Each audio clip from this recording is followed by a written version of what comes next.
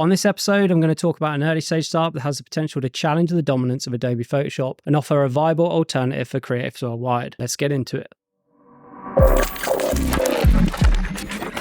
Before I begin, I would like to remind you that the opinions expressed here are solely my own and do not represent any of the views of the companies mentioned. This show is solely for entertainment purposes only and should not be considered investment advice. As any designer will tell you, the annual renewal of the Creative Cloud subscription is one that fills many with dread. It's the moment when $600 vanishes from your bank account, and despite your reservations, you begrudgingly pay, given firstly how vital these tools are for earning a living, and secondly, just the sheer lack of decent alternatives. However, in recent years, this monopoly Adobe has enjoyed may be starting to show cracks. Firstly, Figma revolutionized the design process with its friendly, cloud-based collaboration tool and became so influential that Adobe felt compelled to acquire it, despite the criticism over the $20 billion price tag at the time. This move was clearly aimed at eliminating a potential competitor that was primarily focused on product designers, but that was, and still is, encroaching upon use cases that typically sit inside the territory of Adobe Illustrator and Photoshop. And while Adobe has continued to grow and appease its shareholders who have enjoyed over 10 plus years of price elasticity powered by the lack of competition, these price increases have slowly priced out the growing number of hobbyists and part-timers who work on creative projects outside of their day jobs. Who wants to shell out $300 to $600 annually to be able to update a YouTube thumbnail or design a logo? And for those who don't spend every day in the software,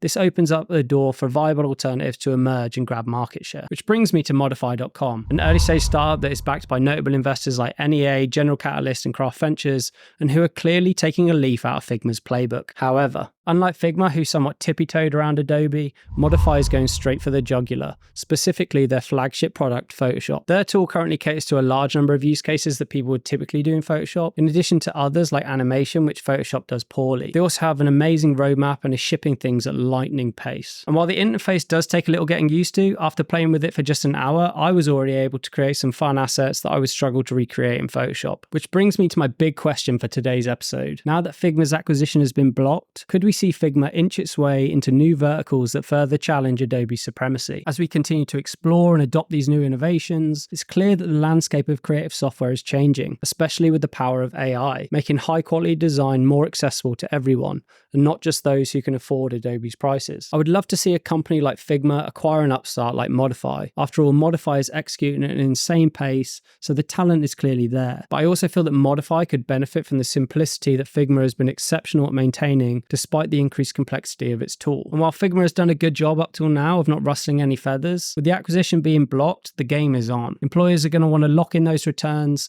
and what better way to show the market that you mean business than posing a real threat to one of Adobe's key products. All this said, I'm still a huge fan of Scott Belsky, and I've been really impressed with the shipping rate that Adobe has been able to achieve of late, which seemed to coincide with Scott becoming the Chief Strategy Officer and Executive Vice President of Emerging Products. That said, I've also heard amazing things about Figma CEO Dylan Field, and I would love nothing more for this to become an iconic rivalry like that of Bill Gates and Steve Jobs. So let's keep an eye on this and see how it plays out, as the implications could be significant for both professionals and enthusiasts alike. But what do you think? Let me know in the comments. A reminder, if you're interested in investing in startups, you can invest alongside me by Googling Ricky Richards Syndicate or clicking on the link in the show notes to learn more. If you're the founder of a US-based startup and you're looking for capital or to be featured on the show, you can visit my website, rickyrichards.com, to email me directly. For everything non-startup related, you can find me on Instagram. And finally, anything I've mentioned in today's show, along with links to our sponsors, will be listed in the show notes. If you enjoyed the show, don't forget to like and subscribe. And thank you to Adam Shaw, our editor, as well as Record ATX for hosting the show. This was Risk and Reward. I'm Ricky Richards. See you next week.